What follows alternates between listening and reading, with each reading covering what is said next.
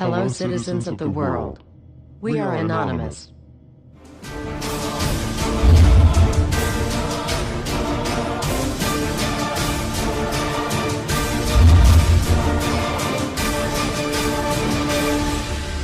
Guess what, world? We are back. Everywhere you look, corruption.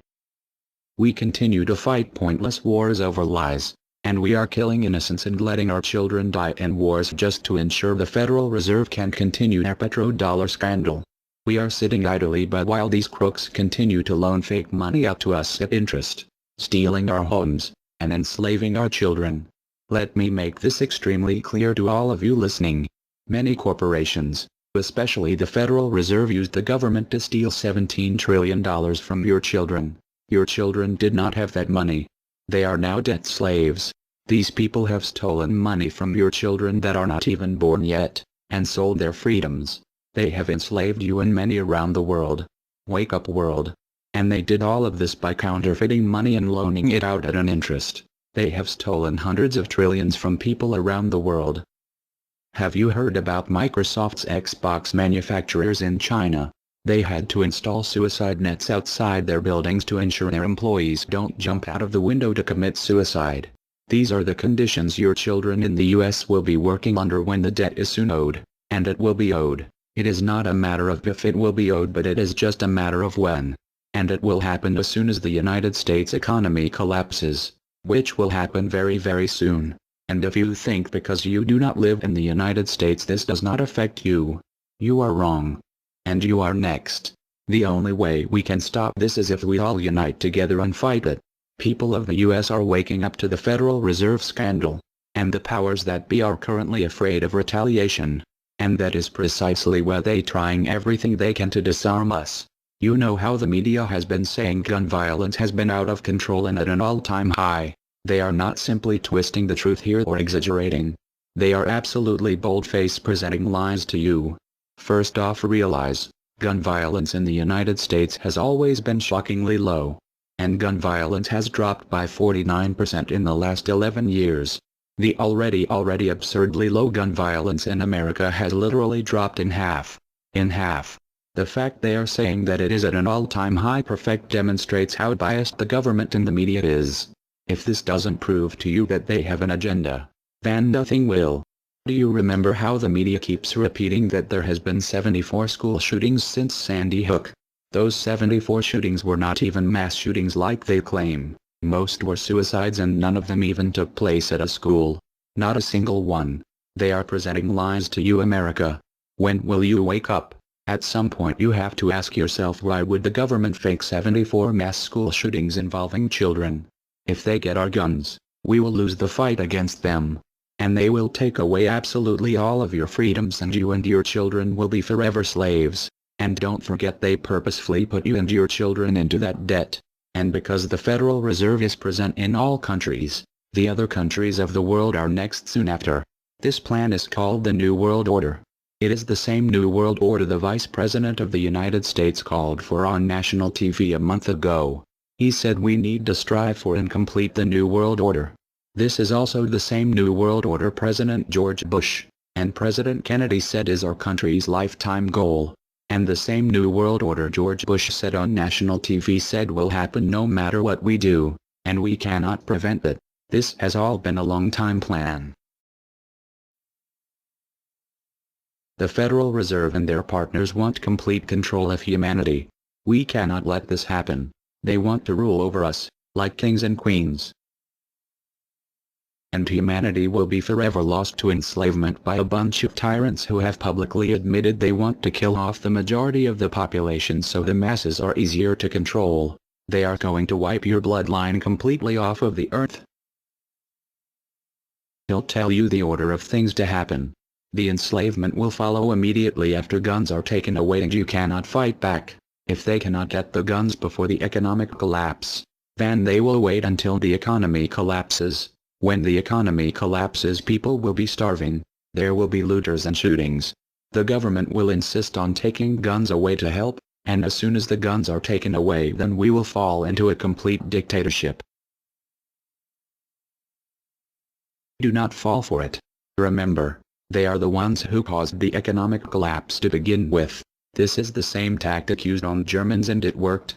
So expect it. As soon as the economy collapsed and the masses were starving, the German government asked the people to give up their rights and they listened. And then eventually the government was throwing the naked masses into giant burning hot ovens for mass execution.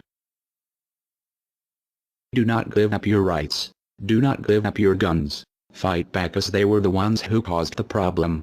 Just so you know, the people who are behind this Federal Reserve scam and New World Order are the same ones who funded Hitler's campaign. Make no mistake, these people are as brutal as Hitler himself, even more brutal. In fact, now we are going to show you some. Assuming America grows some balls and we win, we will need an overall plan. We have come up with a perfect plan. This plan offers extraordinary possibilities. It will make for the most beautiful and free world you can ever imagine. If we are successful, we can leave a much better for our children.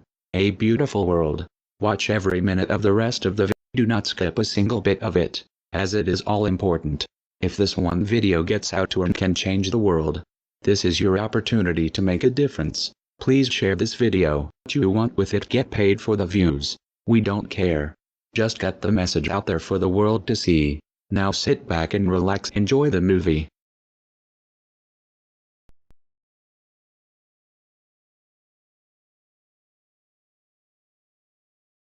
To you? Makes perfect sense. Okay. Anybody else want to throw anything out at us? Sir? I think you're an anarchist and you don't know it yet.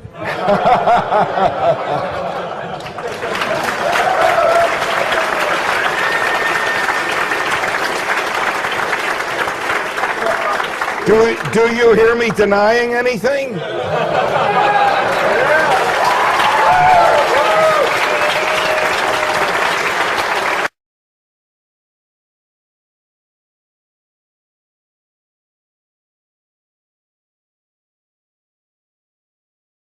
Many people, when they hear the word anarchy, think of chaos and mayhem.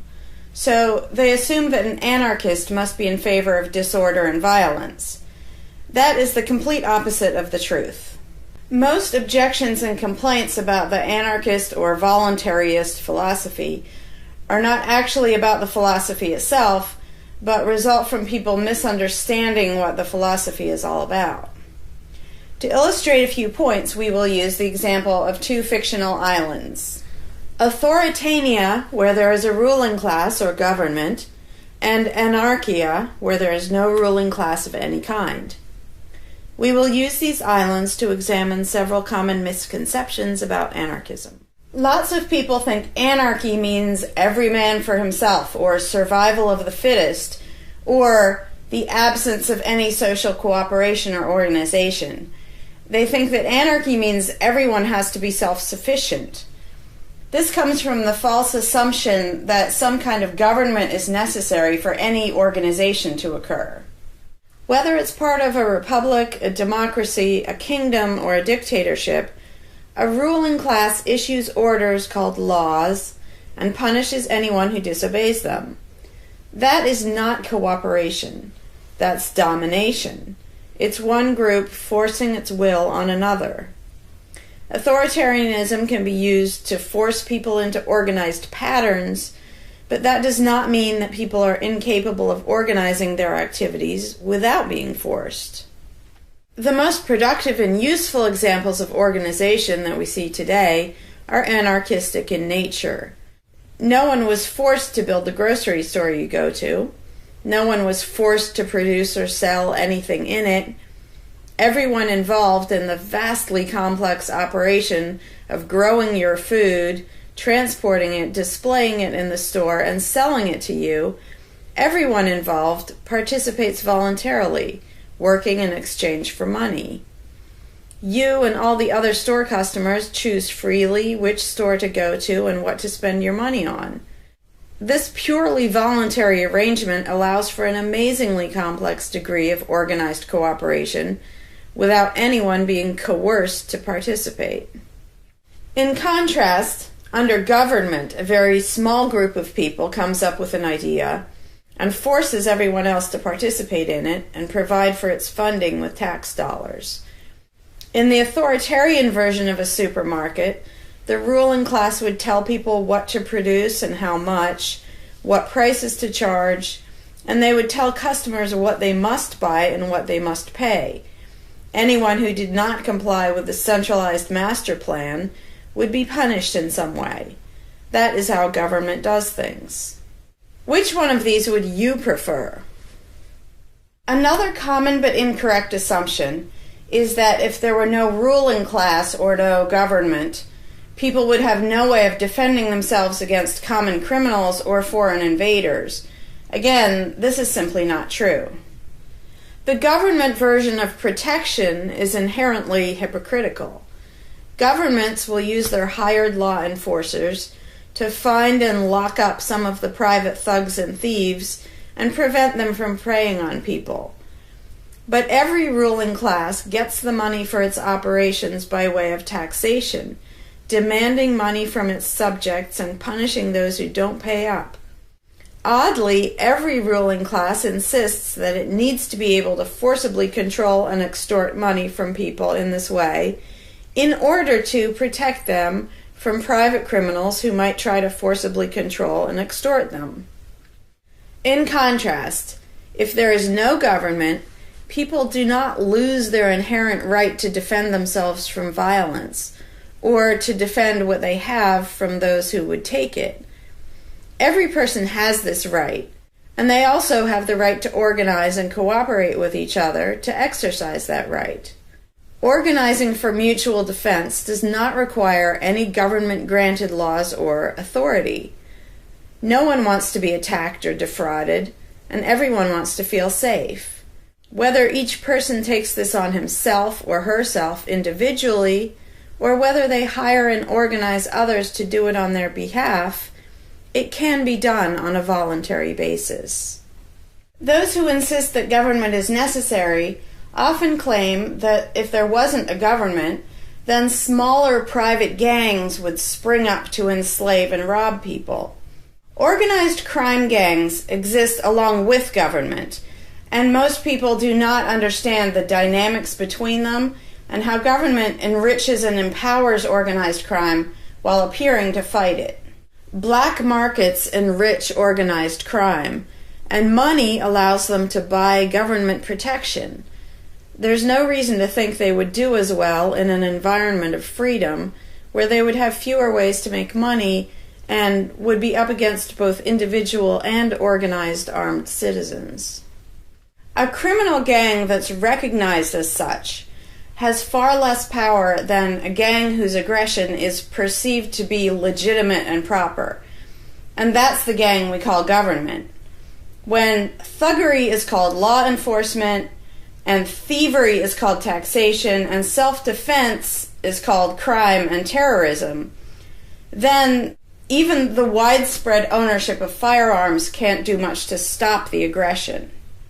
Imagine a private gang trying to do the things that government does without the aura of authority, and imagine how a well-armed population would respond to this.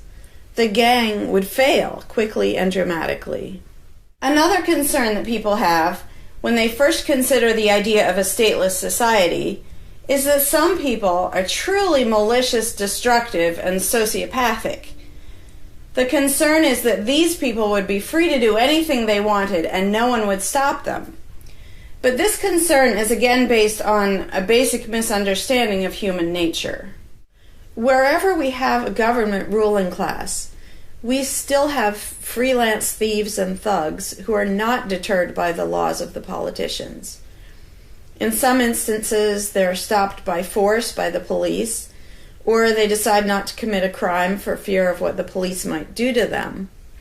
What makes this deterrence work is not the legislation or the official badges, but the simple threat of harm to the sociopath.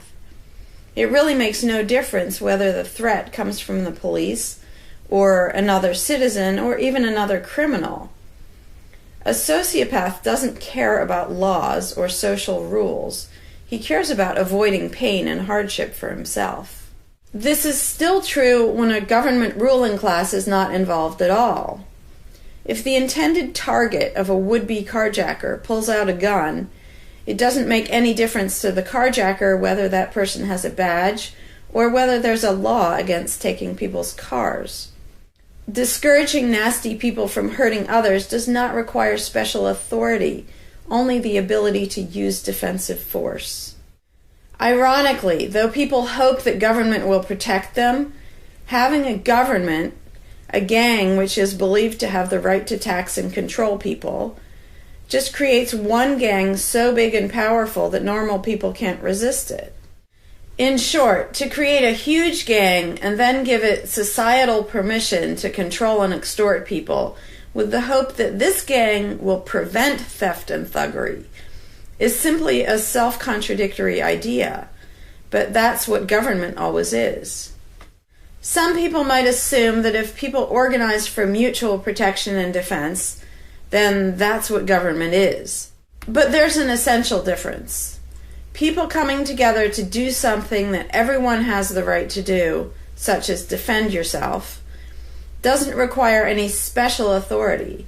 It's not government unless one group of people claims the right to do things which others do not have the right to do, such as taxing and controlling innocent people.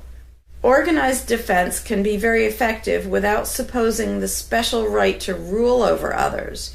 In other words, without being government. In contrast, governments rob the people they rule of far more wealth than private crooks could ever manage, making the idea of a protector government ridiculous.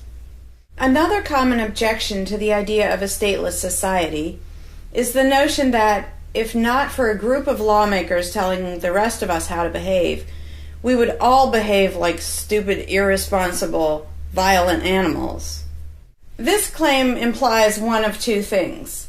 Either we normal people have no idea what is right and wrong unless and until politicians tell us, or the only reason we want to do the right thing and coexist peacefully is because politicians told us to. A quick examination of your own motivations will show you that neither of those things is actually true. It's particularly odd to make this argument in a society where politicians are voted into power.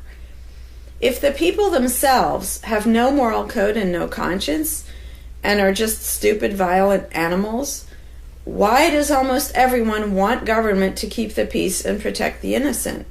Would a population of vicious, heartless, evil people try to elect good people to keep the evil people in line? Obviously not. The goodness and the desire for order and peace comes from us, not from the lawmakers we vote into office. The same holds true of everything that government does. If people are so short-sighted and selfish that they can't be trusted to voluntarily organize and raise money for whatever they deem important, then how can those same people be trusted to decide who should be in power? The implication is that the average person can't be trusted to run his own life, but can be trusted to choose someone to run other people's lives. Government is really not a civilizing influence. It's actually an uncivilizing influence. People who would never personally rob their neighbors constantly use the government to do it for them by way of taxation. People who would never dream of trying to control minute details of their neighbors' lives think it's just fine to vote for politicians to do it instead. Government gives everyone the opportunity and encouragement to rob and control other people without risk. So government, rather than serving as a check against the imperfections of our nature, instead drastically amplifies our greed, irresponsibility, and malice towards other human beings by giving us a legally acceptable and risk-free way to interfere with the lives and choices of our fellow men and women. Government brings out the criminal and busybody in everyone. In contrast, in the absence of a ruling class, people would lose their ability to ask lawmakers to interfere with their neighbors' lives. And we would not have law enforcers who could avoid responsibility for evil deeds by claiming that they were just following orders. Throughout history, far more theft, assault, oppression, and even murder has been committed by those acting on behalf of a supposed authority than by anybody else. Even basically good people, when they believe in government, will condone things or do things which they know would be wrong if they did them on their own. Most people know that theft and assault are bad, but they imagine that controlling their neighbors and forcing them to spend their money on things they don't want is perfectly moral and legitimate when it's done by way of the political process. Wrong becomes right when it's called taxation, legislation, regulation, and war. Anarchists know better. They know that human society will never be perfect, but it would be a whole lot better if evil deeds were committed only by genuinely nasty, sociopathic people, rather than being committed wholesale by basically good people who think that violent aggression is okay when it's called law enforcement. The fundamental principle of voluntarism is very simple. It's wrong to initiate violence against any other person, regardless of badges, laws, or alleged authority. The only time the use of force is justified is to defend against aggression. Almost everyone understands this on a personal level, but they've been taught that this basic rule of social living does not apply in the game of politics and government. Most people already know how to get along with others, and most people want a peaceful and just society. Our morality doesn't come from politicians making laws. Our ability to organize and cooperate doesn't come from the ruling class. When people escape the belief in government, they don't suddenly turn into violent animals. Our inherent right to defend ourselves and our ability to defend ourselves is not served by government. In fact, it's threatened by government more than by anything else. Ruling classes do not produce peaceful coexistence, but rather perpetual conflict and violence. Our belief in government authority takes our compassion, virtue, and good intentions and turns them into power for people who crave power and riches. Of course, the people who benefit most from the political racket will put a good spin on the system and do their best to convince people that it's a social necessity. But ask yourself this: have the thousands of laws, regulations, and taxes imposed on you by politicians made you a better person? Have they made you more productive or more caring? Is the world better off with the politicians taking your money and telling you how to live your life? Or do you think it might have been better off if you'd been allowed to spend your own money and make your own decisions? Is society really best served by a small class of people forcefully imposing a centralized master plan on everyone else?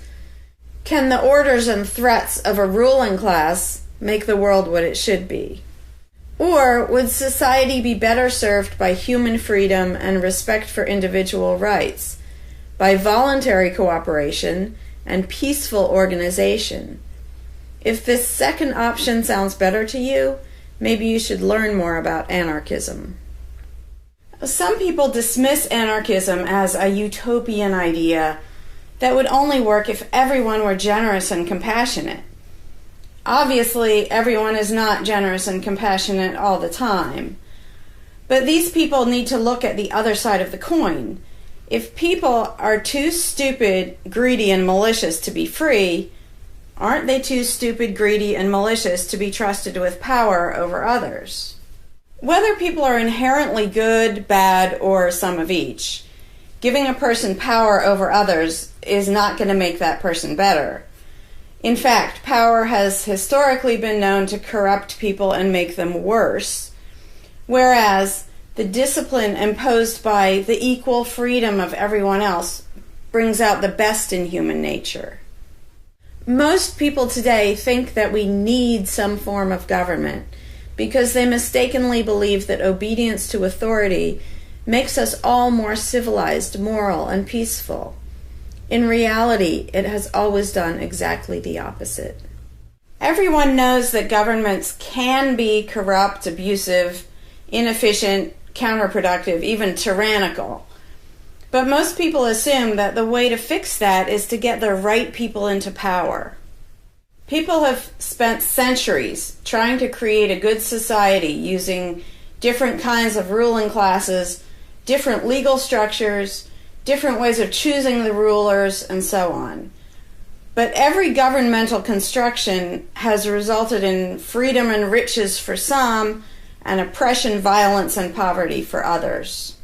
What if, instead of deciding what the throne should look like and who should sit on it, all people of goodwill embraced the non-aggression principle? What if, instead of looking to a ruling class to impose our values on society, we embraced the concept of self-ownership? These principles are simple and easy, to the point of being self-evident, but they're diametrically opposed to the authoritarian principles that most of us have been indoctrinated with. Anarchism does not mean chaos and violence, or every man for himself. Having no government does not mean having no morality, no organization, and no cooperation. Simply put, anarchism does mean that no one is your master and no one is your slave. And that's all it means. Howdy, Larkin Rose here. I'm feeling slightly less than entirely patient and polite today, so if this video gets slightly caustic, too bad. This video is for all the people who are constantly saying, well, if not for government, we couldn't have roads, or we couldn't have police, or nobody would care for the poor, or we wouldn't be protected, whether it's from local thugs or from foreign invaders. We wouldn't have this, we wouldn't have that. So thank goodness we have government and taxes, because we wouldn't have any of those things. And the first way I'd respond to that is by pointing out the assumptions that underlie that complaint, that argument. Basically what people are saying, because let's be clear about what the terms mean, government is the people who boss everybody else around. And taxes are those people demanding money from us. So they basically tell us, hand over a whole bunch of money and we'll decide how to take care of you. We'll decide how to spend your money. If we don't like it, too bad, we don't really have a choice. Like, well, you can vote in a few years and maybe something will change, even though it totally won't. So that's what people are saying. Basically, if we didn't have a ruling class stealing our money and then supposedly spending it to protect us, how could we possibly have roads or anybody to protect us? The implication is that in this country, for example, 300 million people would just sit around thinking, oh, we can't do it. Without politicians and tax collectors, we can't have a road, we can't protect each other, and we can't... And it rests on this bizarre assumption that things that almost everybody wants, they wouldn't do anything to make happen unless there were politicians forcing us to give them money so they can make it happen. And so an example I like to use is, let's apply the same argument to food, because food is pretty darn important. I think everybody can agree. Let's apply the same argument that statists use about the roads or caring for the poor or protection or anything like that. The argument would go like this. Now, in the context of food, listen how idiotic this is. If we don't have government demanding money from all of us under the threat of caging us, and that's what taxation is, here's the money you have to give us, here's the nasty things we do to you if you don't. If that didn't happen so that they could build a big food production and distribution system and feed us, well, we'd all starve. We'd all just sit around saying, gosh, I wish we had food, but, no politicians and tax collectors. We're just going to sit around and starve to death. Now, in this country, nobody would believe something that stupid, because all you have to do is go to a supermarket and see a perfect example of really efficient, organized cooperation that nobody is forced to do. There is no, if you're going to make the argument that people make about roads and protection and all that, you'd say, well, nobody is forced to make any food for anybody in this country. How do you know everyone's just going to say, well, it's not my job, and we'll all starve to death? There's no guarantee. There's no master plan guaranteeing that we'll all have food. So obviously we're all going to starve if we don't have an authoritarian government stealing our money and then making food and giving it to us. Because golly gee, we couldn't possibly do it voluntarily ourselves. Again, in this country, nobody makes that argument because they see it happening voluntarily. Nobody involved is forced to do that. Nobody is forced to make you a single bite of food. There is no guarantee at all from anybody. And yet, Americans are, by and large, hugely overweight. Obviously, we don't have a lack of food. We might have a lack of healthy food. But obviously, we see that example. Oh, we can handle that. You know, voluntarily, mutual cooperation, that's fine for food. But for some reason, it's not okay, and we can't even fathom the idea of the exact same thing handling roads or handling protecting us or other things that almost everybody wants. So there's, in the question is this bizarre assumption that everybody will sit around really, really, really wanting something, but because there aren't politicians bossing us around and stealing our money, well, how could we possibly do it? And one of the most common things is, who will build the roads?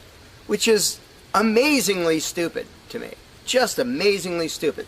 I have here in my pocket a little tiny thing. With this little tiny thing, I can be most places in this country and call people all over the world. And I own it myself. I'm not anywhere near rich these days, but I own one. Almost everybody I know has one of these. A little thing that can fit in your pocket, and just on a whim, you can open it and talk to somebody who's on the other side of the planet. And there was no coercion. Nobody forced anybody to make one of these. This is the result of voluntary cooperation. And that's it. Free trade. Organization, yeah, good. Cooperation, yeah, good. Coercion, which is what government is, and taxation, which is theft, didn't need that to do this. So what these people are telling me, oh, we wouldn't have roads if we didn't have government, is that somehow free individuals, relatively free, interacting voluntarily can make it so I can talk to almost anybody in the world on a little thing that fits in my pocket on a budget that is not a very good budget at the moment, but I still have one of these. That freedom, not authoritarianism, can supply me with this, but freedom cannot achieve a flat place. Because that's what a road is. It's a flat place. From here to there, because we have these machines that take us from here to there. By the way, we don't have those machines because of government. We have those machines because of free enterprise and voluntary interaction and cooperation. The idea that freedom can make a car but can't make a flat place is just idiotic. You really think we can't make a flat place? And so I ask people, and they say, well, who will build roads?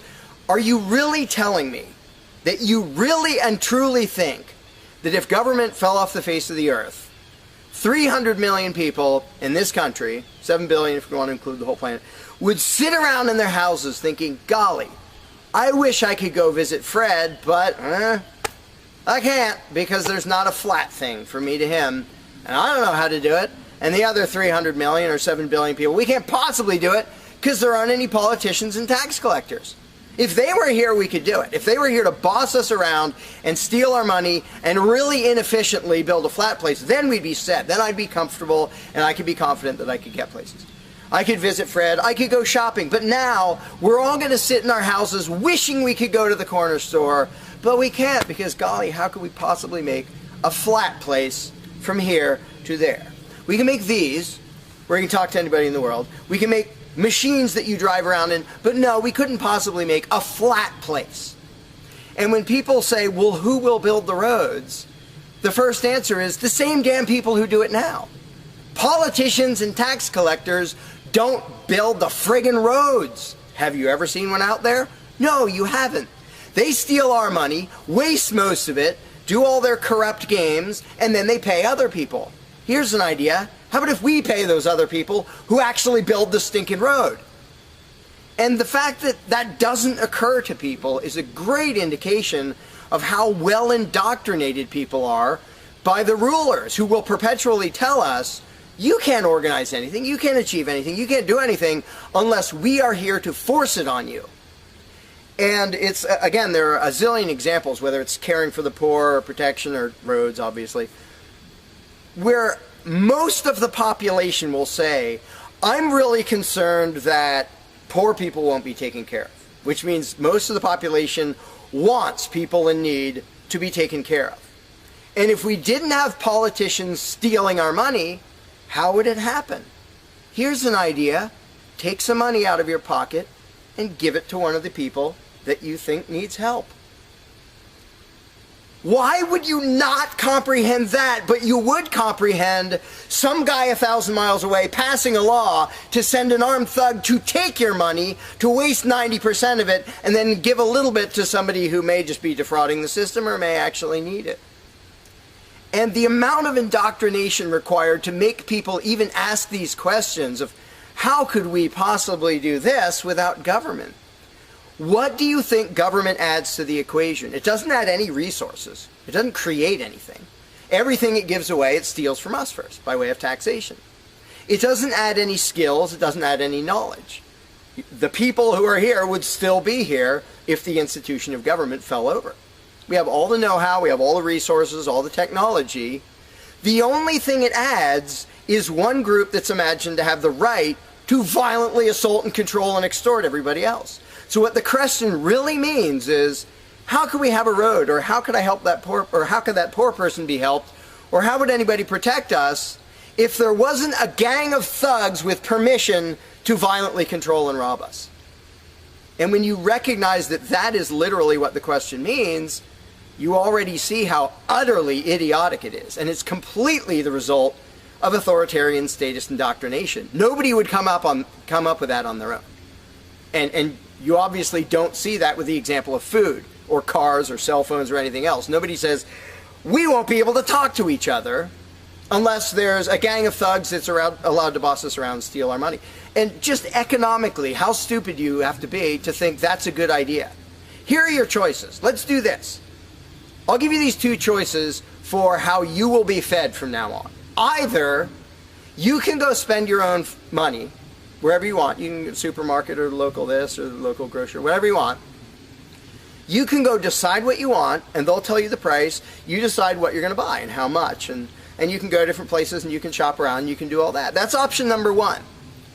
But let me warn you, option number one does not give any guarantee that you will be fed.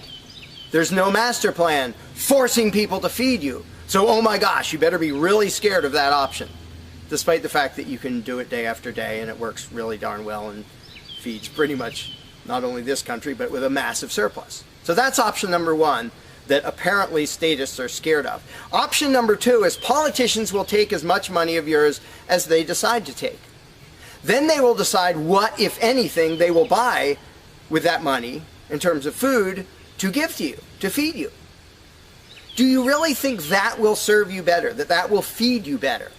Yeah, I'm much more comfortable that I'll have I'll be fed, I'll be secure, everything will be okay if a gang of thugs who doesn't really care about me steals my money and then decides what, if anything, to give me back from what they stole.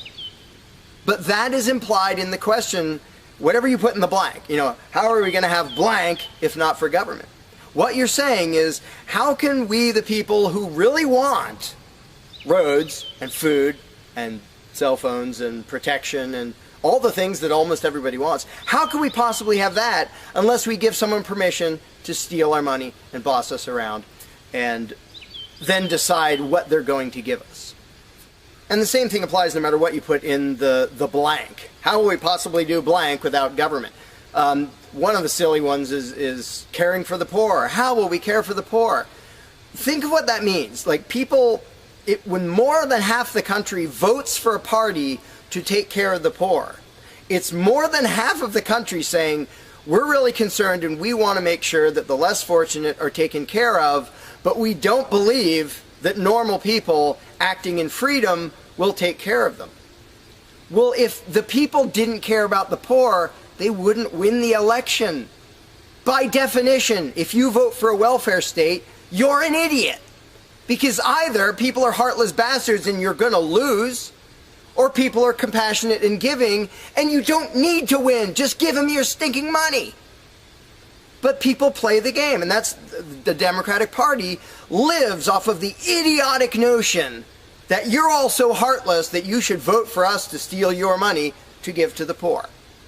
And half the country falls for it. Yeah, we're all so heartless that we voted you into office for the specific purpose of taking our money to help the less fortunate. That's just freaking brilliant. How about if half the country just gave their stinking money to the less fortunate?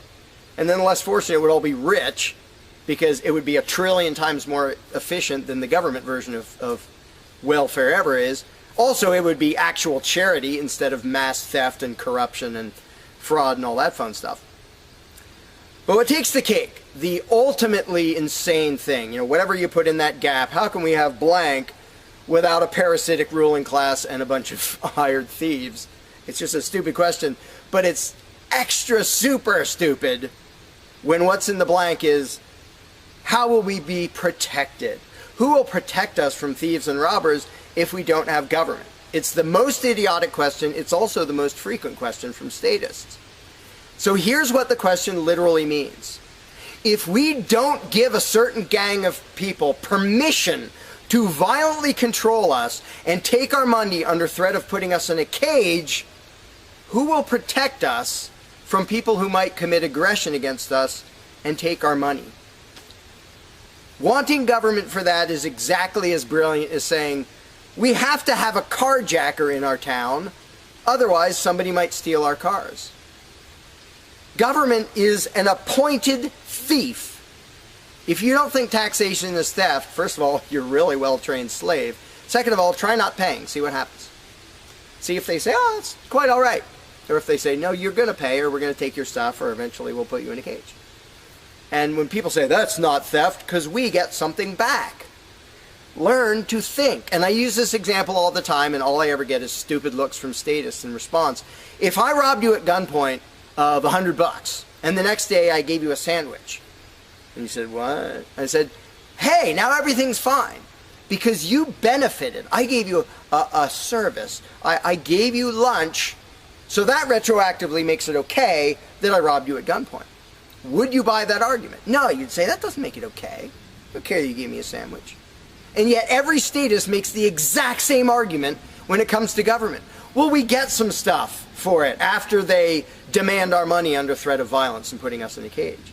Then we get services or goods. And we don't get what we asked for, and we get lots of things we didn't ask for. But we kind of get something, and that retroactively makes it okay for them to say, give us this much of every paycheck you make, or we're sending men with guns to take your property. And the slaves justify their own enslavement. I'm proud to pay my taxes. I'm proud to get robbed by a parasitic ruling class and get a little bit back and feel good about it. Like, not only is that legitimate and justified, but I feel proud that I let myself get robbed by a bunch of crooks and parasites. But again, the ultimate thing is protection.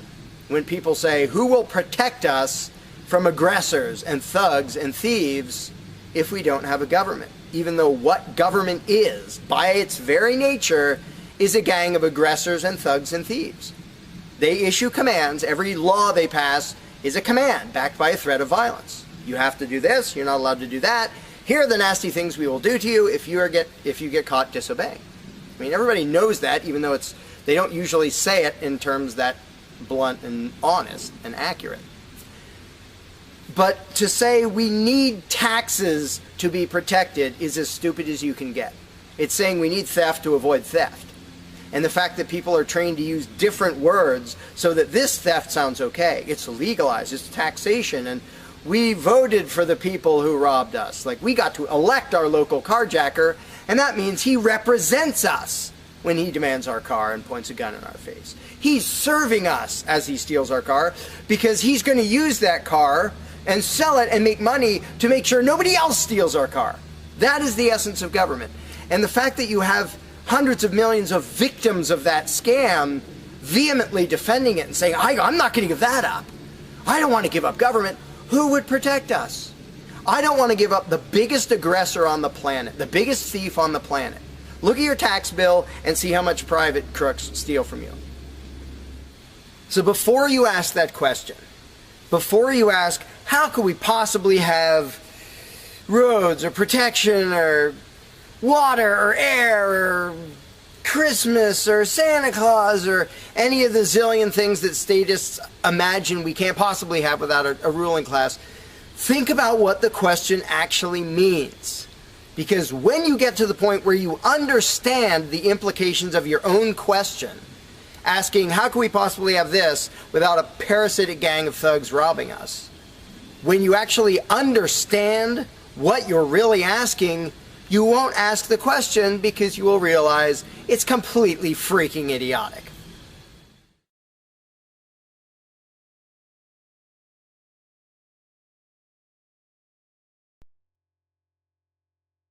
Hey, Larkin Rose here. One of the first things that people are concerned about when they start thinking about a society without a ruling class is, well, what happens to the nasty people? Whether you're talking about people who are just kind of negligent or inconsiderate, play their music too loud at night or leave their trash lying around the woods or whatever it is, all the way up to people who run around attacking and murdering people. So people say, well, what would happen to them? What would we do about that? Some people even go so far as to say, if not for government, there would be nothing to stop people from committing murder and doing whatever other nasty stuff. And it's funny because when somebody says that, there would be no consequences, they could do whatever they wanted and nobody would stop them, the person saying that is implying that he isn't going to do anything.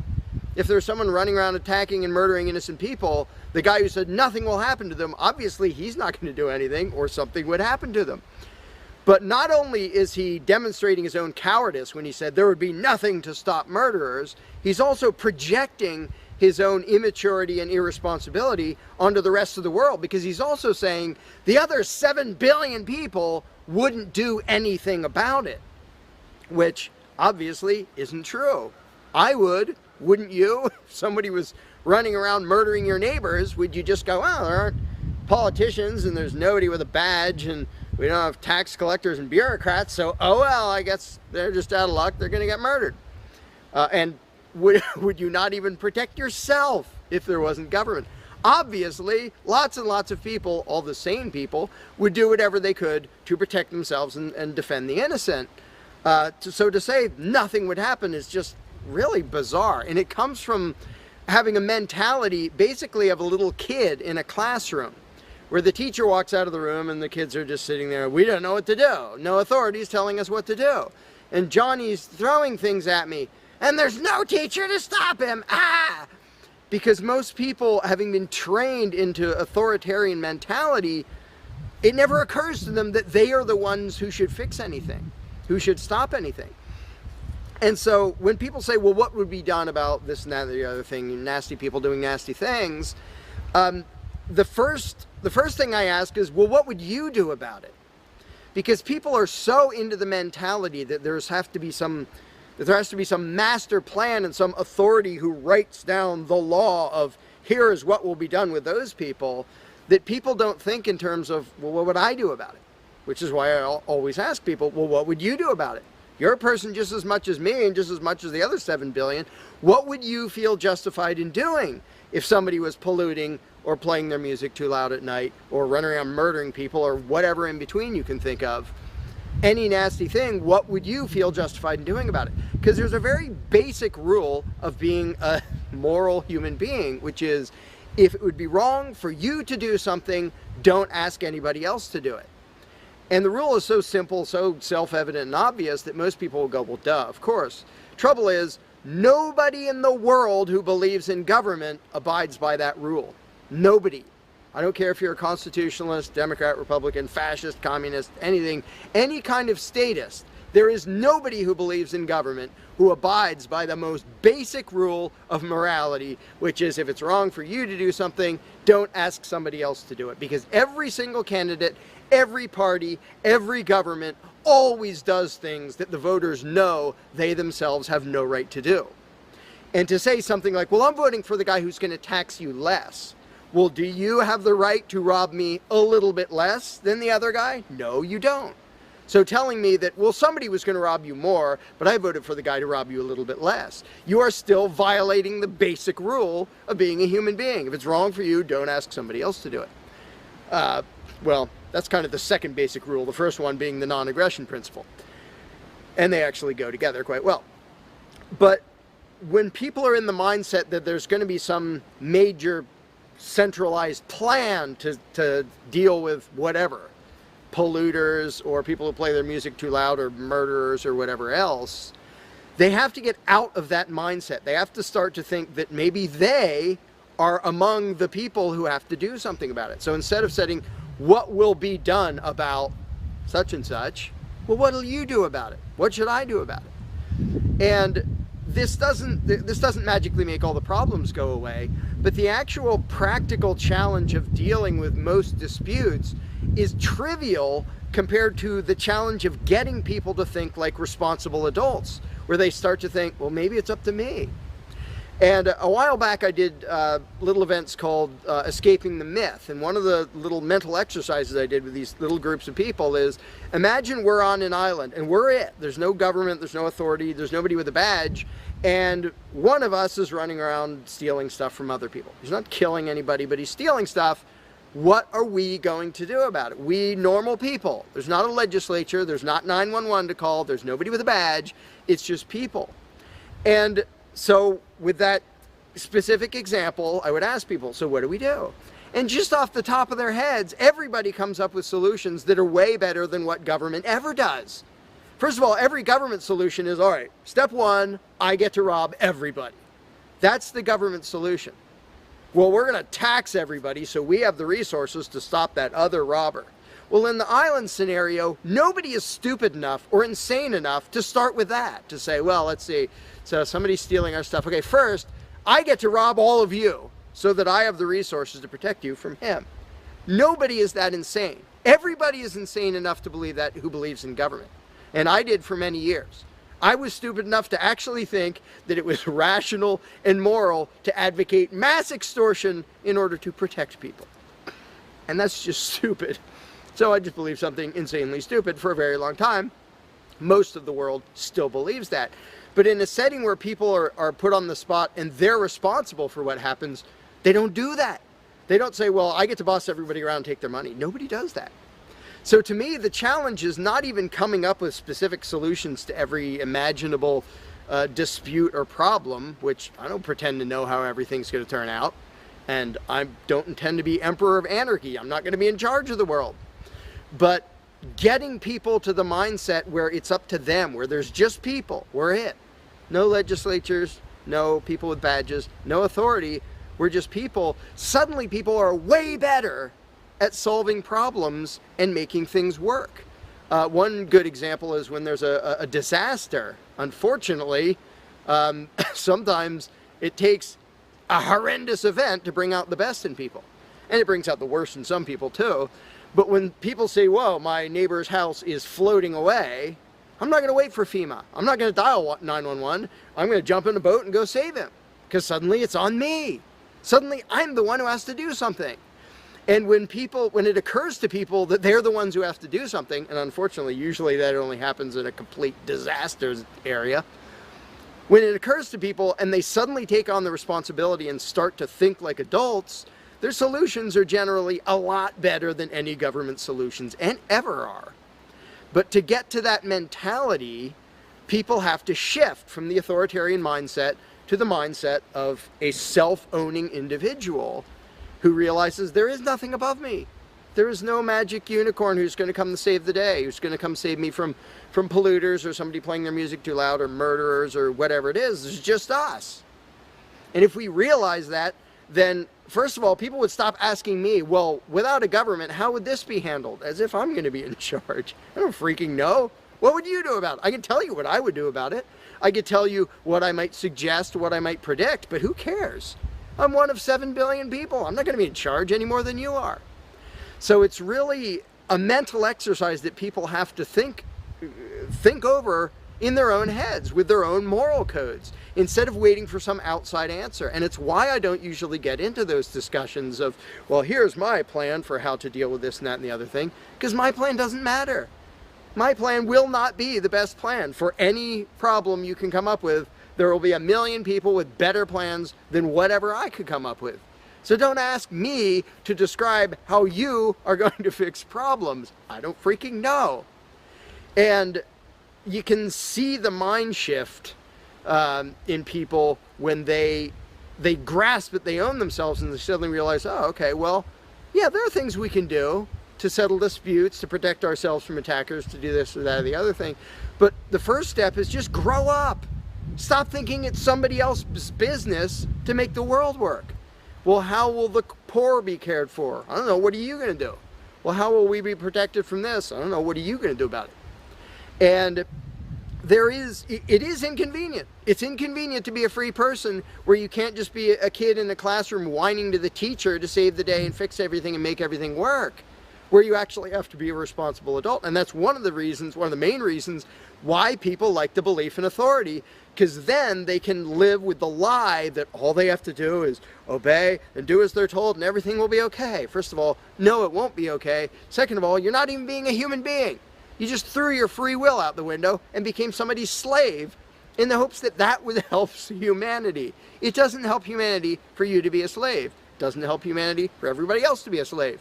It does help humanity for you to start thinking as an adult, responsible human being who owns himself and who accepts that it is your responsibility to figure out how to make the world work.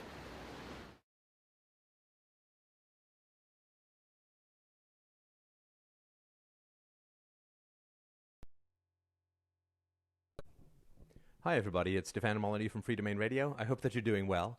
This is a little presentation entitled The Proof for Anarchy. It's sort of embarrassing how long it took me to come up with this as a thesis, but we will look on the bright side and hope that it holds or stands. This is more details from an argument in the free book, Everyday Anarchy, available at freedomainradio.com in ebook or audiobook format. So, Anarchy, the proof. Well, there's a core anarchist claim, or the core anarchist claim, is that a central coercive monopoly, a state, a government, is not required for criminal sanctions, punishment of criminals, violent crime, and so on, for the provision of public goods, of roads and pollution controls and so on, and for contract enforcement. Furthermore, using a state to solve these problems is both counterproductive and immoral. Now, fairly simple argument. Why has it made so little headroads or headway among educated and civilized debaters? Well, there's a real challenge. Two main challenges, I would say. When you attempt to convince people of the validity of a stateless society, what happens is you kind of have to go one of two routes. And the first route is you say, well, there are historical examples of a stateless society, but they don't tend to get very far with people. People don't really know much about them. It requires a lot of research. The research can be biased by people's political opinions, either pro or con. It seems very distant and vaguely not credible because they've never heard about it before, so that doesn't generally tend to clinch the case. And the second, of course, is to provide theoretical models of how public services could be provided without a government, of how law courts could work without a government, and so on. And what this does is it tends to provoke the endless, yeah, but problem of endless questioning. Well, you might not need this, but what about this, and how would this work, and how would that work, and the other, and what if, and what if. And that doesn't tend to clinch or close the case either. So these have been the typical weapons in the anarchist arsenal, so to speak, but they have not been effective for the reasons that I mentioned. So the historical examples people bring up, well, a couple hundred years of medieval Iceland, there was medieval Ireland, feudal Europe, as some people say is a decent example, anarchic communes during the Spanish Civil War. Rothbard talks a lot about Pennsylvania, 17th century, modern Somalia, kibbutzim in Israel, and so on. But these aren't terribly convincing. There's very few people who are going to be saying we should run our society according to the principles that were enacted in medieval Iceland. It doesn't tend to be very, very convincing. It requires a lot of research and doesn't tend to get over the hump. These are distant examples, or you don't know much about them. They seem inapplicable. They seem foreign. And in the example of Iceland and Ireland and feudal Europe, they were ended by statist intervention, either domestically or from other countries. Requires a lot of research. It's just not terribly convincing, and we can see the results of the general acceptability of anarchistic theories, that it doesn't really come about, that these things don't really work. So the holy grail of anarchic argument is, what if they were an example of political anarchism that was in practice, that every reasonably educated adult was perfectly aware of and understood deeply.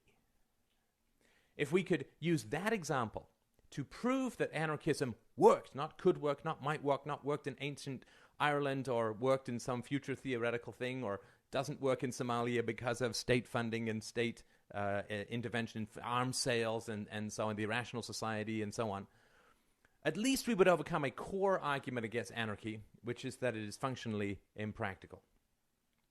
Does such an example exist? Oh yeah. All I can say is abso-positively, frequently. But first, because I'm very keen on creating as many barriers to acceptance of the truth as possible, let's create the most difficult conceivable or possible case for anarchy.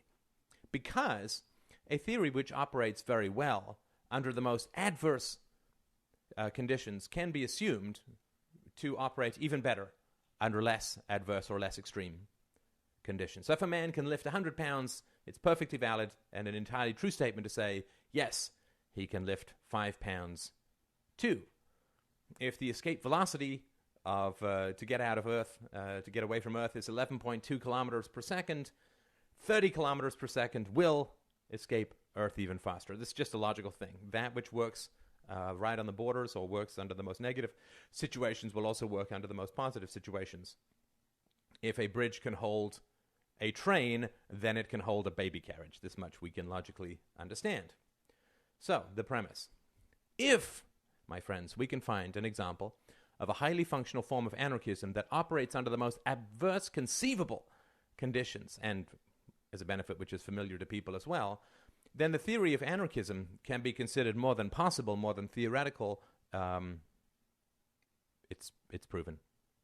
This may be our Einsteinian relativistic eclipse. It may be our Darwinian theory of evolution. We don't know as yet, but let's hold out for the mere possibility.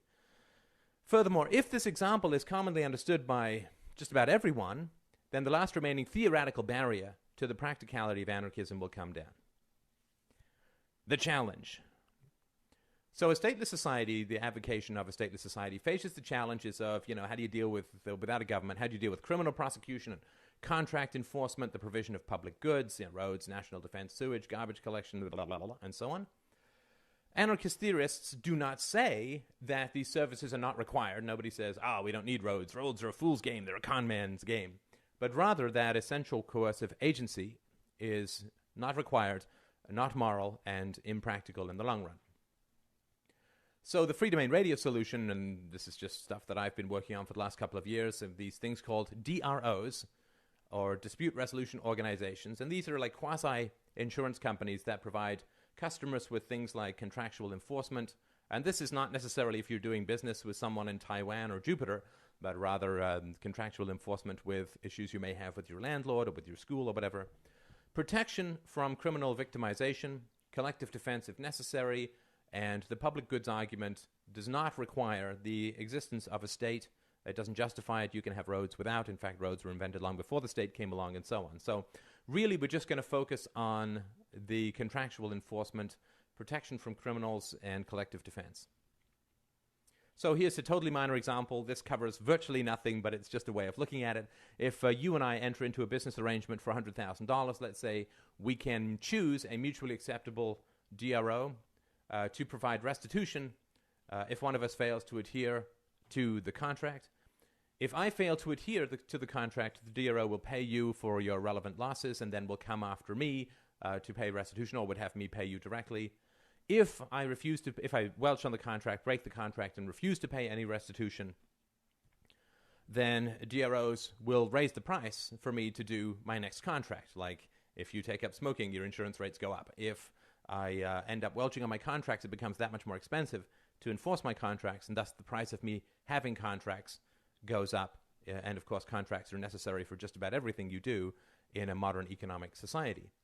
I mean, and if I piss off every DRO on the planet and nobody wants to do business with me or raise my rates so high that it becomes impractical, which wouldn't actually be that high to begin with, then I just can't, until I make good, until I provide restitution to the people whose costs I've incurred by welching on my contracts, I simply can't participate. I can't rent a room. I can't I can't buy groceries. I can't have a bank account. I can't use an ATM. I just can't participate until I deal with this. All non-violent ways of dealing with things like contract enforcement. Property crime, again, this is a total massive sprint through. There's lots to this, and you can listen to the first podcast or look at freedomain.blogspot.com starting from the bottom up for more on this in terms of how it could handle things like pollution controls and so on.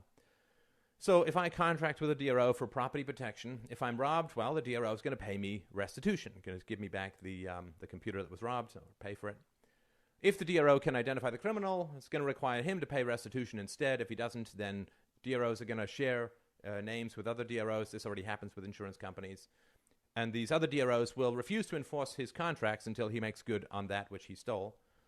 So he can't buy groceries, can't use a bank, can't get on a bus, can't take a cab. He's just going to find himself increasingly hampered in his participation in civil society. And people say, well, yes, but what if he decides to go off the grid as far as the DRO system goes? Well, of course, people can do that. It's still very hard to function. But people can do that in a state of society anyway. Nobody can catch you if you go off the grid, fundamentally. So DRO system's not perfect, but it's a vast improvement over what we already have. And if the guy's broke, he can pay off the restitution through garnished wages or whatever. So violent crime, so I could, and probably would, sign with my DRO, maybe a variety of them or maybe a one-stop shop. Restitution for rape, assault, and so on. So, and they won't punish self-defense, so if I am getting attacked and I defend myself, they won't sanction me. So if a man is assaulted, his DRO pays him restitution and then pursues his assaulter to recover the costs. Either the assaulter pays the costs or is driven out of the society through ostracism, and there are tons of historical examples of this, just in case you're interested. And anyone who deals with the criminal is going to face sanctions from the DRO system as a whole. So this can be a really closed ranks kind of situation. Everybody's going to rely, at least for some period of time in their life, maybe after 20 years, the DRO just, you can do that with insurance companies, right? After you've paid for a certain amount, you're just insured for free because you paid off the costs of your whole lifetime. Same thing with DROs. After you've been in the DRO system for maybe 15 years or whatever, everything else is just free because obviously you're not going to do that just to shaft someone in some contract down the road. But if you are unproductive for people to do business with, DRO is going to kind of close ranks and make sure that you're not around. That having been said, if someone can make money out of enforcing your contracts, that person will find a way to do it. So it's not a totally closed rank monopolistic system.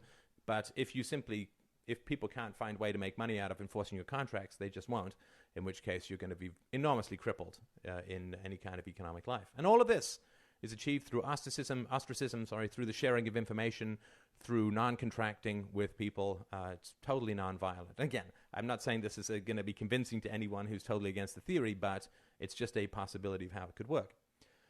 As far as collective defense goes, well, collective defense costs very little in a free society. It's a basic fact of history that no nuclear-armed country has ever been invaded because the retaliatory possibilities are just too big. It only takes a few dozen nuclear warheads to deter invasion of any particular geographical region. Cost of defending that, a couple of nukes, a couple of bucks a year, maybe. So that's just not a big enough issue or cost or price that that would be a barrier to collective defense. So when you put these ideas forward, what happens is these endless objections come up. Well, what if, a DRO grows to become a government, gets rid of all other DROs, or a DRO just picks someone to badmouth, or what if the DROs themselves don't follow their own contracts? And of course, there's endless checks and balances that are invented by the free market. So I'm not going to go into those objections here because we all know them, we've all thought of them, and so on.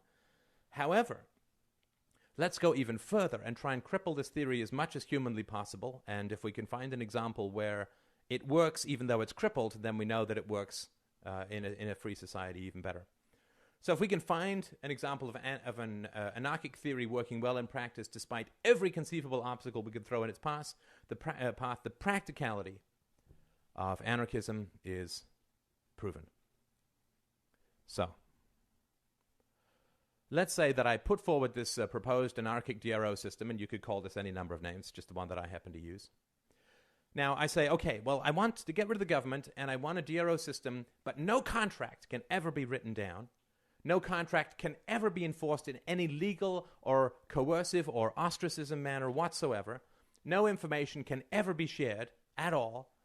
And a super DRO monopoly already exists, and it's going to kidnap and imprison anyone found to be participating in any of these super secret quote, non-contracts, and hundreds of thousands of people are constantly sniffing around and will be well paid for revealing these secret non-contracts.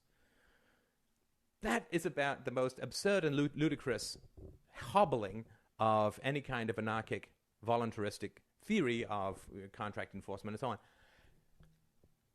If I put that forward, do you think it would work? Do you think that this system, you can't write down contracts, you can't enforce them, you can't share information, and you get thrown in jail for even coming up with these contracts, and tons of people are constantly sniffing around and will be highly paid for finding these secret non-contracts? Do you think that would work? If you say no, then you're totally wrong.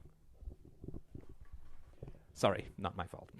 But if you say, well, no, DRO systems, even in a free society, are hard to believe, a DRO system like the one you just described would never work, well, you're actually completely incorrect. This system that I just described, you can't talk about contracts, you can't enforce them, it's all handshake deals, and it's all hidden, and it's all under the table, and people are sniffing around to try and find them all the time. Well, this system, shockingly, works almost perfectly.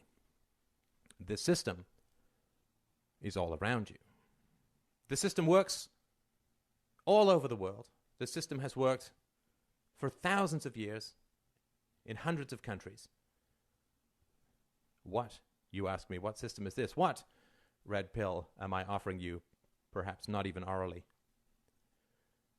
The anarchic system that you live in. This system is hard to see, well, at least it was for me, because it is so well camouflaged. This anarchic system is the state itself. Indeed. Well, the thesis. The state, the government, is the best conceivable example of a functional anarchic system, because it functions almost entirely on the spontaneous enforcement of rules without central coercion, without using violence. The process. Special interest groups give money to political candidates in return for political favors after the election. These, quote, contracts can never be written down, are completely non-enforceable, are illegal, can never be discussed openly, and are a real scoop for the media if the media discovers them, and function almost flawlessly all over the world and all throughout history. A state of anarchy. Democratic governments function on anarchic principles. That's why it's so hard to see, at least it was for me. These, quote, contracts that can never be written down, never be enforced, never be discussed, are punished by imprisonment, and are lucrative to expose, function almost perfectly. The state runs on, quote, contracts that can never be enforced by the state, and are in fact violently opposed by the state. Thus, the government, the state itself, is the best example of a perfectly functional state of anarchy. The proof. Remember we said, if anarchic principles can work under the most adverse conceivable conditions,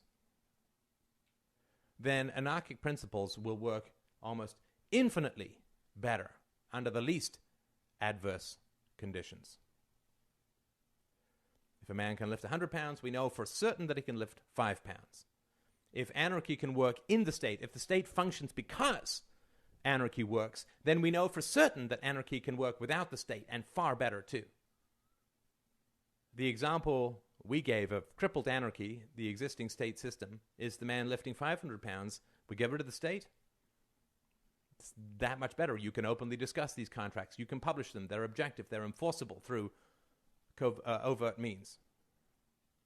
Nobody cares if they're discovered because they're open and they're public and they're not illegal. This is a trippy idea. You might want to watch this again. At least it was for me. If this is the proof, I think it is the proof, then this is all that we need to make the case, because we are already embedded in a perfectly functioning, though highly crippled anarchic system. And if we remove the crippling nature and aspect of secrecy, subterraneanness, handshakes, non-enforceability, things will only function almost infinitely or enormously better. Thank you so much for watching. You, as a free, beautiful, independent human being with inalienable rights, own yourself. As a result, you can do what you want with your own body and own the product of your labor. The implication is that it is morally wrong to initiate force against someone else or their property, because to do so is to violate their rights. Therefore, all human interactions should be free of force, fraud, and coercion, and people should be free to exercise their rights, limited only by respect for the rights of others. When you learned don't hit and don't steal, it wasn't unless you work for the government. When you learned thou shalt not kill, it wasn't unless your dear leader gives you a gun and a uniform and a one-way ticket to the other side of the world. Government is force, an opinion with a gun, and force is a poor substitute for persuasion. Governments frighten us into thinking we need them, but with knowledge, philosophy, and technology, we are empowering ourselves and each other to have the courage to move past the paradigm of statism and restrain government to only moral uses of force, at least until we replace it with the cooperative, free market solutions that will soon render it obsolete.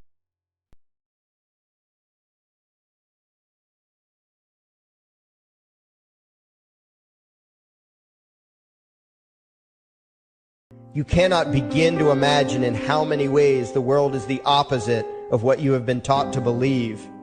You see the guy who sells drugs to willing customers so he can feed his family as the scum of the earth, while you see the hypocrite who gives away stolen money in the name of government as a saint. You see the guy who tries to avoid being robbed by the federal thugs as a crook and a tax cheat, but see as virtuous the politician who gives away the same stolen loot to people to whom it does not belong. Go to your browser. You see the cop as a good guy when he drags a man away from his friends and family and throws him in prison for 10 years for smoking a leaf. And you see anyone who defends himself from such barbaric fascism as the lowest form of life, we now have a new YouTube channel.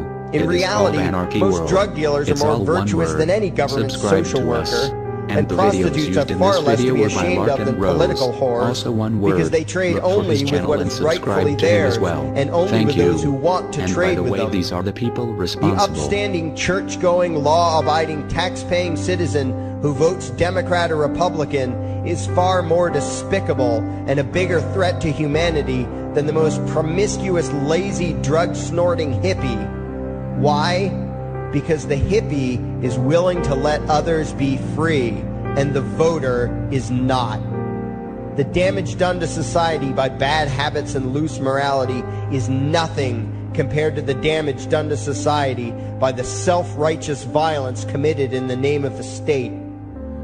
You imagine yourselves to be charitable and tolerant when you are nothing of the sort. Even the Nazis had table manners and proper etiquette when they weren't killing people. You think you're good people because you say please and thank you? You think sitting in that big building on Sunday makes you noble and righteous? The difference between you and a common thief is that the thief has the honesty to commit the crime himself, while you whine for government to do your stealing for you. The difference between you and the street thug is that the thug is open about the violence he commits, while you let others forcibly control your neighbors on your behalf. You advocate theft, harassment, assault, and even murder, but accept no responsibility for doing so. You old folks want the government to steal from your kids so you can get your monthly check.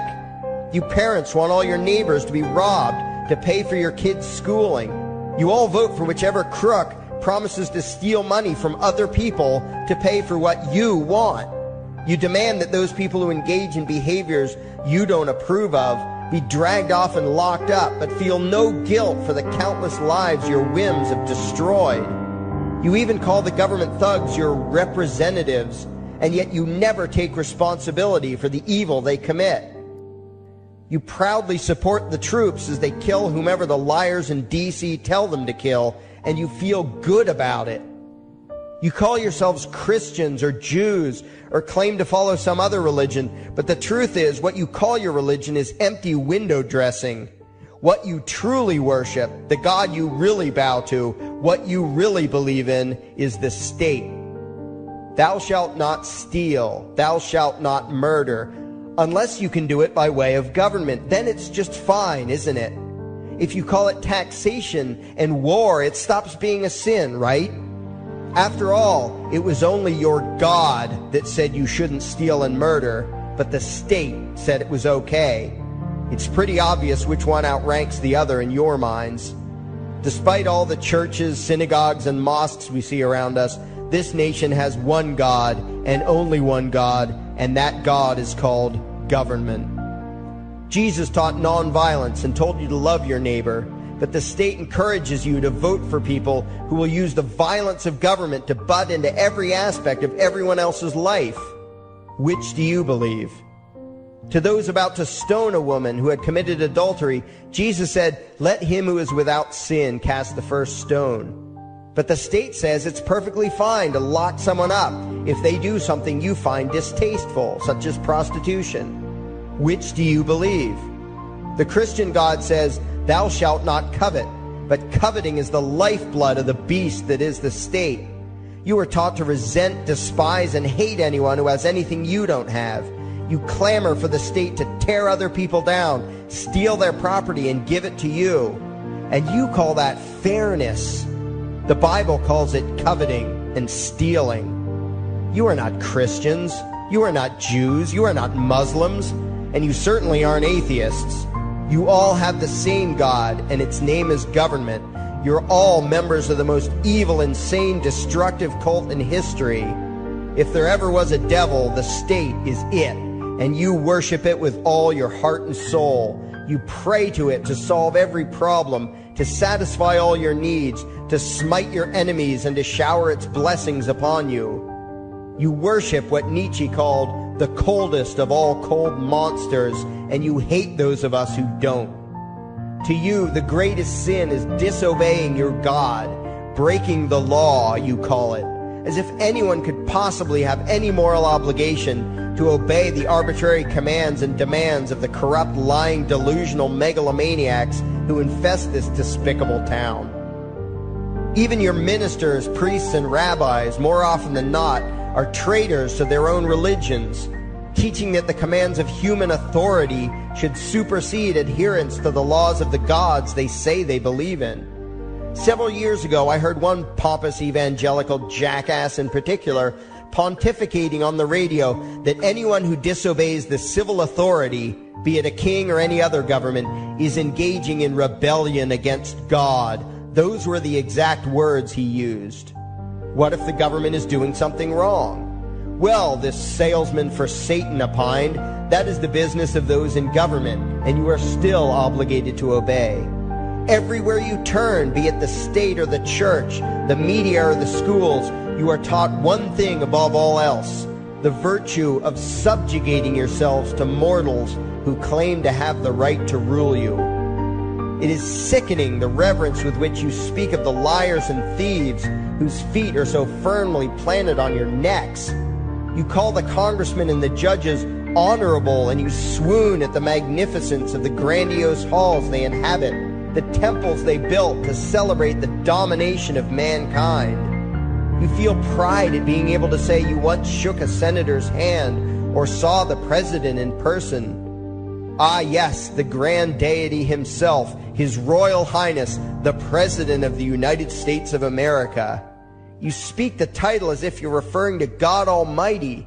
The vocabulary has changed a bit, but your mindset is no different from that of the groveling peasants of old who bowed low, faces in the dirt, with a feeling of unworthiness and humility when in the presence of whatever narcissist had declared himself to be their rightful lord and master.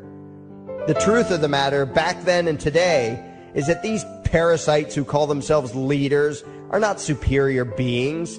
They are not great men and women. They are not honorable. They're not even average. The people who earn an honest living, from sophisticated millionaire entrepreneurs to illiterate day laborers doing the most menial tasks you can imagine, those people deserve your respect. Those people you should treat with courtesy and civility. But the frauds who claim the right to rule you and demand your subservience and obedience, they deserve only your scorn and contempt. Those who seek so-called high office are the lowest of the low. They may dress better, have larger vocabularies, and do a better job of planning out and executing their schemes, but they are no better than pickpockets, muggers, and carjackers. In fact, they are worse, because they don't want to rob you of just your possessions. They want to rob you of your very humanity, deprive you of your free will, by slowly leeching away your ability to think, to judge, to act, reducing you to slaves in both body and mind. And still you persist in calling them leaders. Leaders? Where is it that you think you're going exactly that would require you to have a leader?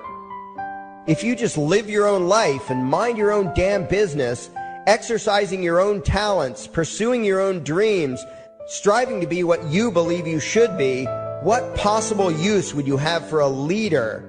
Do you ever actually think about the words that you hear, the words that you repeat?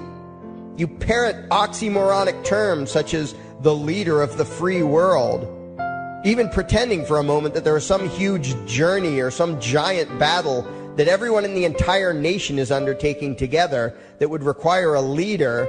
Why would you ever think, even for a moment, that the crooks that infest this town are the sort of people you should listen to or emulate or follow anywhere?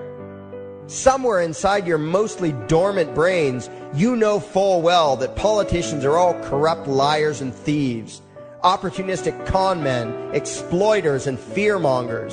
You know all this, and yet you still speak as if you are the ones who are the stupid, vicious animals, while the politicians are the great, wise role models, teachers, and leaders without whom civilization could not exist. You think these crooks are the ones who make civilization possible? What belief could be more absurd? Yet when they do their pseudo-religious rituals, deciding how to control you this week, you still call it law, and continue to treat their arbitrary demands as if they were moral decrees from the gods that no decent person would ever consider disobeying. You have become so thoroughly indoctrinated into the cult of state worship that you are truly shocked when the occasional sane person states the bleeding obvious. The mere fact that the political crooks wrote something down and declared their threats to be law does not mean that any human being anywhere has the slightest moral obligation to obey. Every moment of every day, in every location and every situation, you have a moral obligation to do what you deem to be right, not what some delusional bloated windbag says is legal. And that requires you to first determine right and wrong for yourself, a responsibility you spend much time and effort trying to dodge. You proclaim how proud you are to be law-abiding citizens and express your utter contempt for anyone who considers himself above your so-called laws, laws that are nothing more than the selfish whims of tyrants and thieves. The word crime once meant an act harmful to another person. Now it means disobedience to any one of the myriad of arbitrary commands coming from a parasitical criminal class.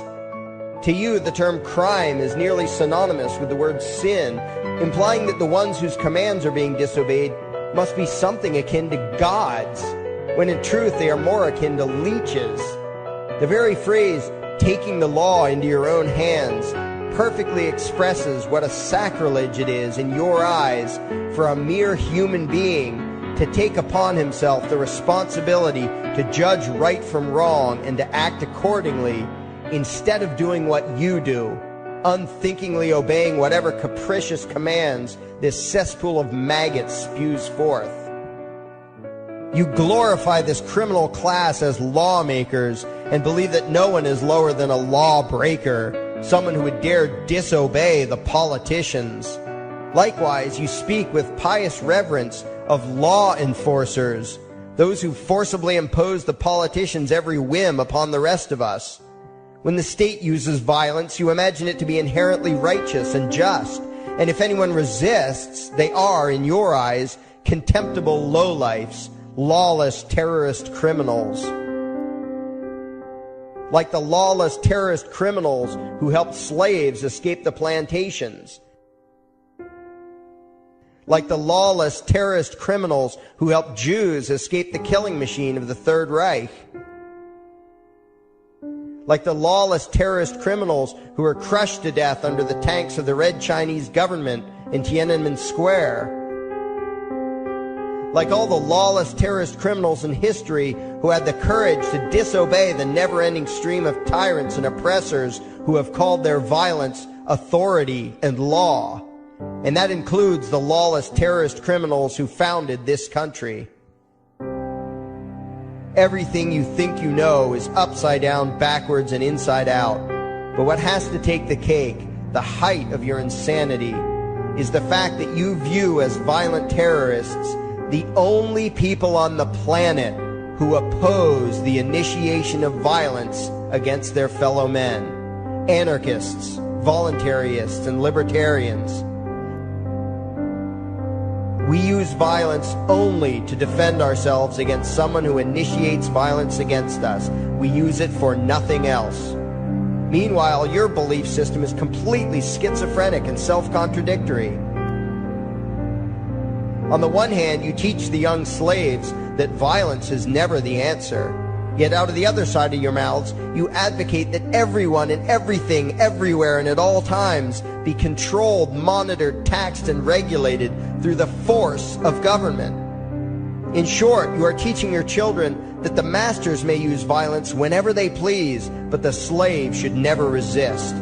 You indoctrinate your children into a life of unthinking, helpless subservience. You are putting the chains around their little necks and fastening the locks tight. And worst of all, you feel good about it. Out of one side of your mouths, you condemn the evils of fascism and socialism and lament the injustices of the regimes of Hitler, Stalin, and Mao. While out of the other side of your mouths, you preach exactly what they did. The worship of the collective, the subjugation of every individual to that evil insanity that wears the deceptive label, the common good.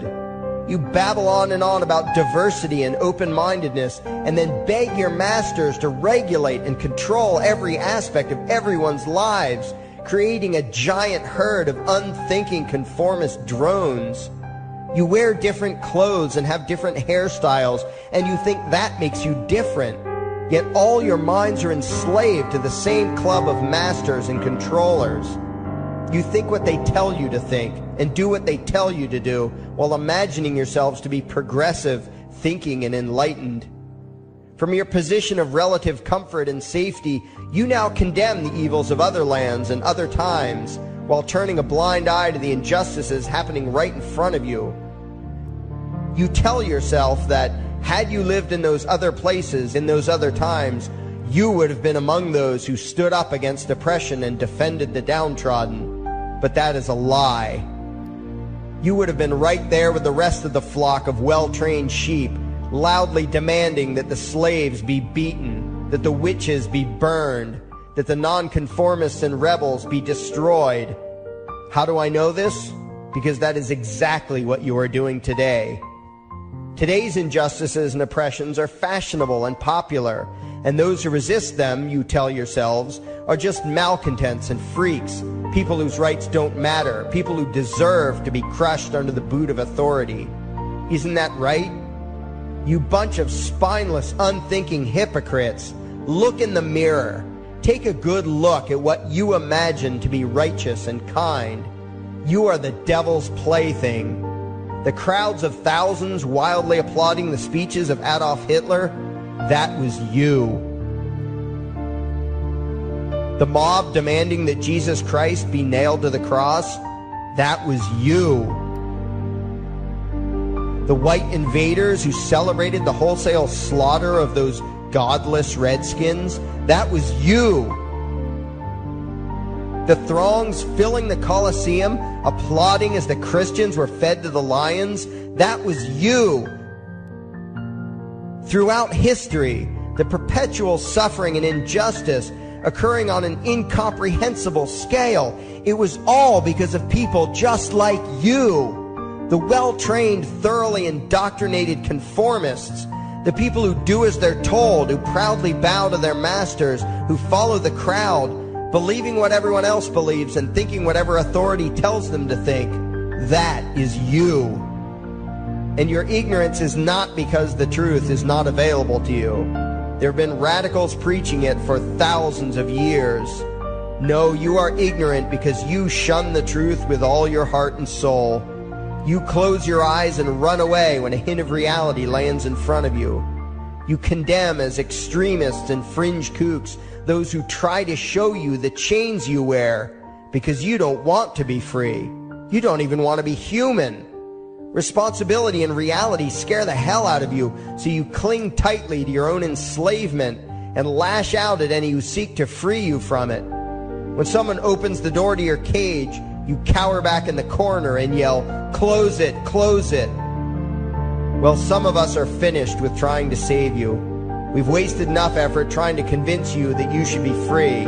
All you ever do is spout back what your masters have taught you, that being free only leads to chaos and destruction, while being obedient and subservient leads to peace and prosperity. There are none so blind as those who will not see. And you nation of sheep, would rather die than see the truth.